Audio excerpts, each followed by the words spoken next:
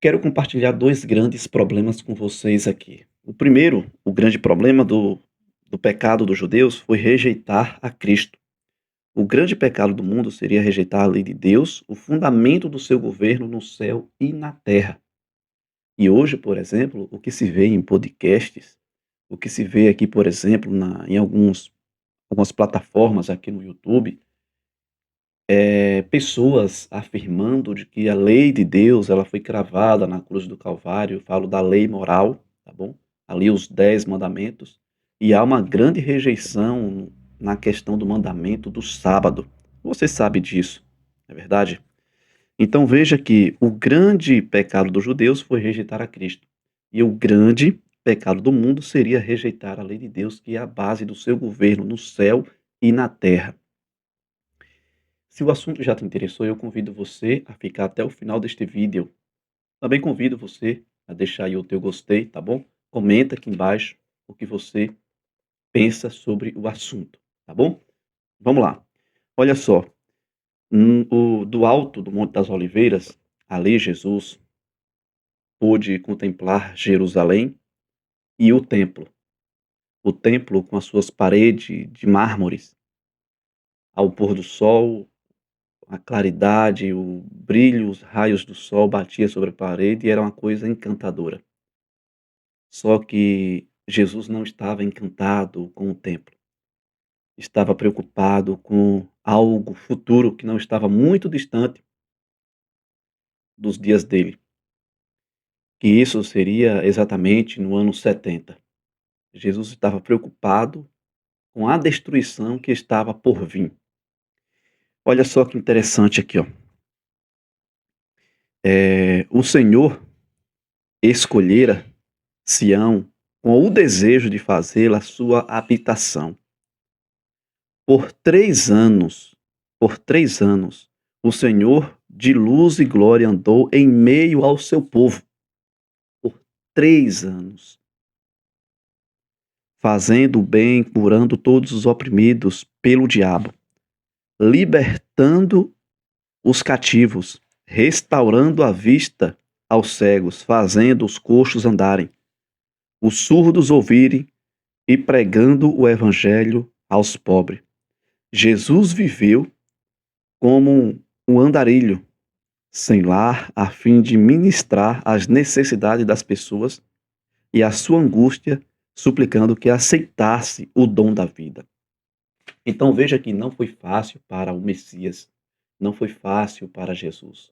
Louvado seja Deus, porque ele formou um grupo de 12 pessoas que pôde dar continuidade na pregação do evangelho, sem contar aqueles que não podem fazer parte de forma direta ali dos 12, mas que estavam apoiando e ajudando também no avanço da pregação do evangelho. Então, Jesus, ele andou no meio do seu povo, curando, libertando, transformando, restaurando, mas infelizmente, como diz a própria palavra de Deus, veio para o que era seu e os seus os rejeitaram. Vamos lá a mais uma citação que diz assim, ó: olhando ao longo das eras, ele viu o povo da aliança disperso em todas as eras. Isso colocando a nossa geração também, como navios naufragados em uma praia deserta. A piedade divina e seu amor anelante encontraram voz nas palavras de lamento. Jerusalém, Jerusalém, você que mata os profetas e apedreja os que lhes são enviados.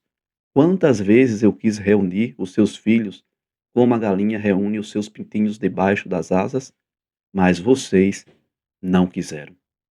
Então veja que Jesus fez de um tudo para com todos, mas infelizmente eles estavam cegos pelos seus costumes, estavam profundamente afundados em seus pecados. Eles optaram mais a cultura, a tradição, do que o assim diz o Senhor.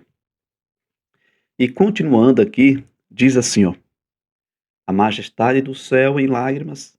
Essa cena mostra como é difícil salvar os culpados das consequências de violar a lei de Deus. Você entendeu essa citação aqui, que diz assim, ó: "A majestade do céu em lágrimas".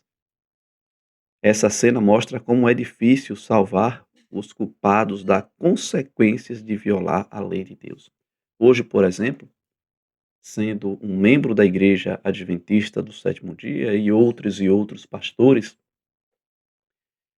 e eu poderia dizer outros membros também da igreja, ou poderia dizer de forma mais aberta, todos os membros da igreja adventista do sétimo dia pregamos que devemos observar a lei de Deus, incluindo o sábado como mandamento santo, mas infelizmente nós fazemos de um tudo para com todos, mas eles acabam endurecendo o seu coração.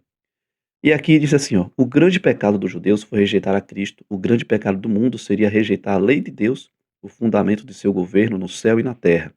Milhões de escravos do pecado, condenados à segunda morte, se recusaram a ouvir as palavras da verdade em seu dia de oportunidade." Imagine aí, que situação difícil, que situação complicada.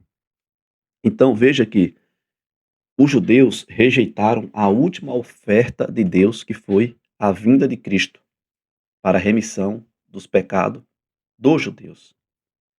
E aqui, mais uma vez, vou usar a citação: os judeus rejeitaram a última oferta de Deus. Aqui nós temos, por exemplo, uma citação que é bem interessante. Os habitantes de Jerusalém acusaram Cristo de ser a causa de todos os problemas que lhe sobrevieram por causa dos próprios pecados. Embora soubesse que ele não tinha pecado, declararam que sua morte era necessária para a segurança da nação. Então, essa cena, por exemplo, eu não quero aqui lhe fazer medo, não é alarmismo, nada disso.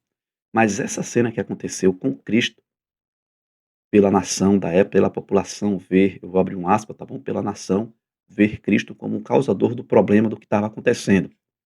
Mas eles não entendiam que tudo aquilo que estava acontecendo era consequências do pecado deles. Essa cena, por exemplo, ela vai se repetir. Eu vou repetir mais uma vez. Se eu e você estivermos com vida, nós iremos ver essa cena se repetir.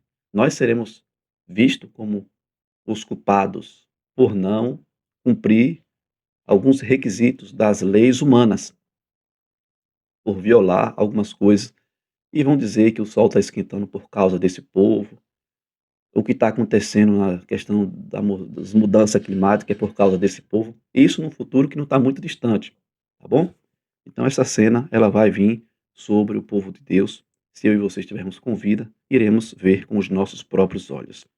Então, enquanto matavam o Salvador porque ele havia condenado os seus pecados, consideravam-se o povo favorecido de Deus e esperavam que o Senhor os livrasse de seus inimigos.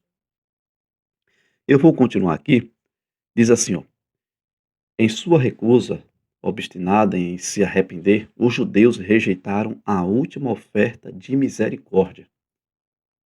Então Deus retirou deles sua proteção." Só dando um spoilerzinho aqui, existem duas formas de Deus fazer juízo. Nós temos um espelho, por exemplo, do que aconteceu com o dilúvio. Ali é uma forma de Deus fazer juízo de forma direta. O que aconteceu, por exemplo, em Sodoma, uma forma de Deus fazer juízo de forma direta.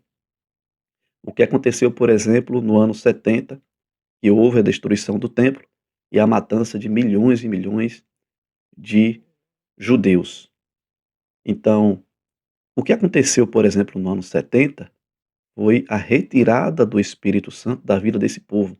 Então, quando é retirado o Espírito Santo da vida dessas pessoas, por consequências dos seus pecados, consequências ruins vêm sobre essas pessoas. E foi o que aconteceu. Aqui, por exemplo, a nação foi deixada sobre o controle do líder que havia escolhido. Satanás incitou as paixões mais vorazes e baixas. As pessoas perderam a razão, passaram não só a ser controladas por impulso e raiva.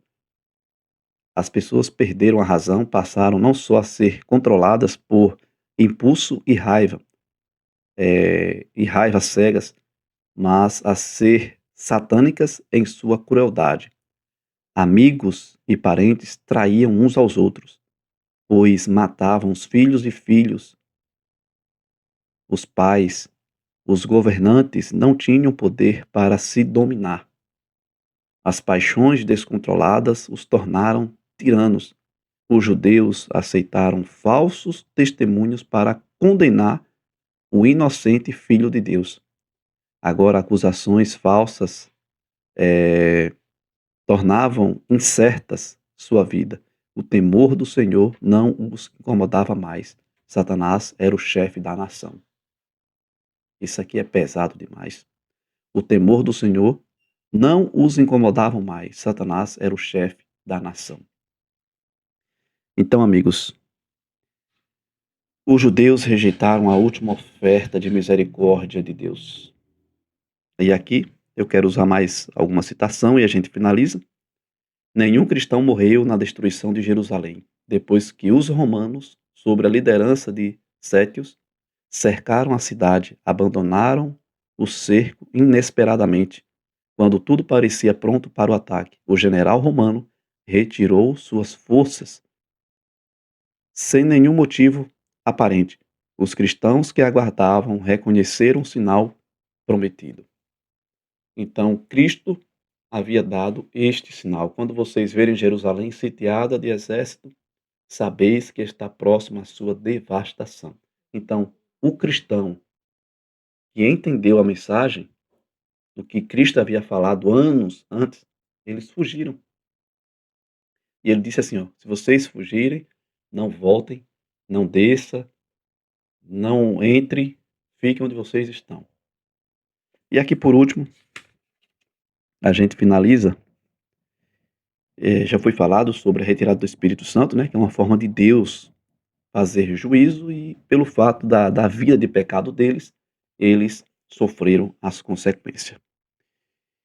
Então, os desobedientes e ingratos têm todos os motivos para agradecer pela misericórdia divina. Mas, quando as pessoas passam dos limites dos apelos pacientes de Deus, a força refreadora é retirada.